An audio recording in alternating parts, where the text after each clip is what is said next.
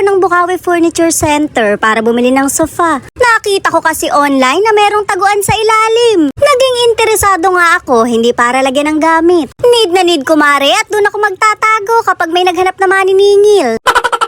Pagpasok ko nga matitigas na bagay agad ang bumungad sa akin. Napaka-solid ng kahoy, anay na lang talaga ang susuko. Sa sobrang dami din ng upuan na pamimilian mo, pwet mo na lang ang mananawa, kaupo. Napansin ko nga tong dining set na hindi ko makain ng space. Bagay na bagay tumare sa merong mga kondo. Tinry ko ding upuan kung matibay ba. Pasadong pasado mare, kondo na lang ang kulang, tsaka ako bibili.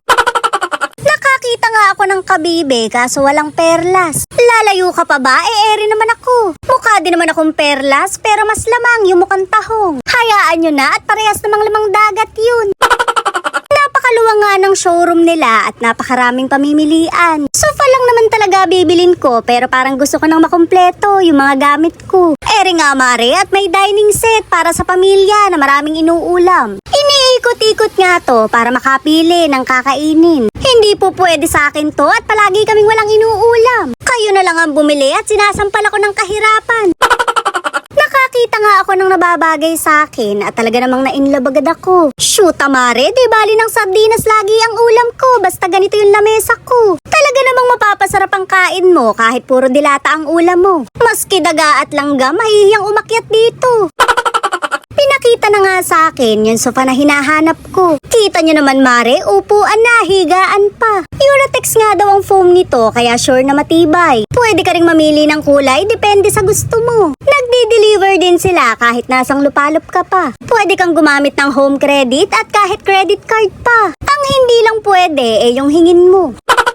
Mura nga lang din yung mga paninda nila kaya kung interesado ka, mag-inquire ka lang sa Bukawi Furniture Center. Alam ko naman na katulad ko rin kayo na gamit sa bahay ang nagpapasaya. Hindi ako mapapahiya sa inyo sa mga maniningil lang. Kaya naman dito ako magtatago kapag hinanap ako. Biruin mo nga naman, kasyang-kasya ako, parang sinukat. Ito nga rin yun, magkaiba lang ng kulay. O diba, mas gusto pang gumastos sa sofa kaysa magbayad ng utang. Hindi naman kasi ako ang magbabayad nito, kundi yung human wallet ko. Konting pisil-pisil lang dyan, dudukot na yan. Huy, hindi ipagkakalat. Nagustuhan ko nga rin yung design ng kama na to at may side table pa. Kaso mare, sa sobrang laki nito, wala na akong gagalawan. Mas malaki pa yung kama ko kaysa sa bahay ko. Maraming ang design ng kama dito pero ito yung mas napansin ko. Sakto mare, kapag niloko ko na sugar daddy ko, may kalalagyan siya. Kung hindi ka rin naman mapupunta sa akin, stay ka na lang dyan. Sa akin ka lang, walang titibag, 28 sagad. May pinakita nga sa aking kama na pwede rin daw paglagyan yung ilalim. Kita mo nga naman mare, hindi ako mauubusan ng tataguan. Maniningil na lang talaga ang mananawa kahahanap sa akin. Singil kasi ng singil, sinabi na nga sa katapusan ako magbabayad. Kasalanan niya yon dahil hindi niya sinure. Basta magbabayad ako sa katapusan ng mundo. Maraming ang size to, kaya ikaw na ang bahala, malaki ka na. Huwag kang mag-alala dahil may single bed naman dahil alam ko wala kang katabi. O diba, nanonood ka lang, nasaktan ka pa.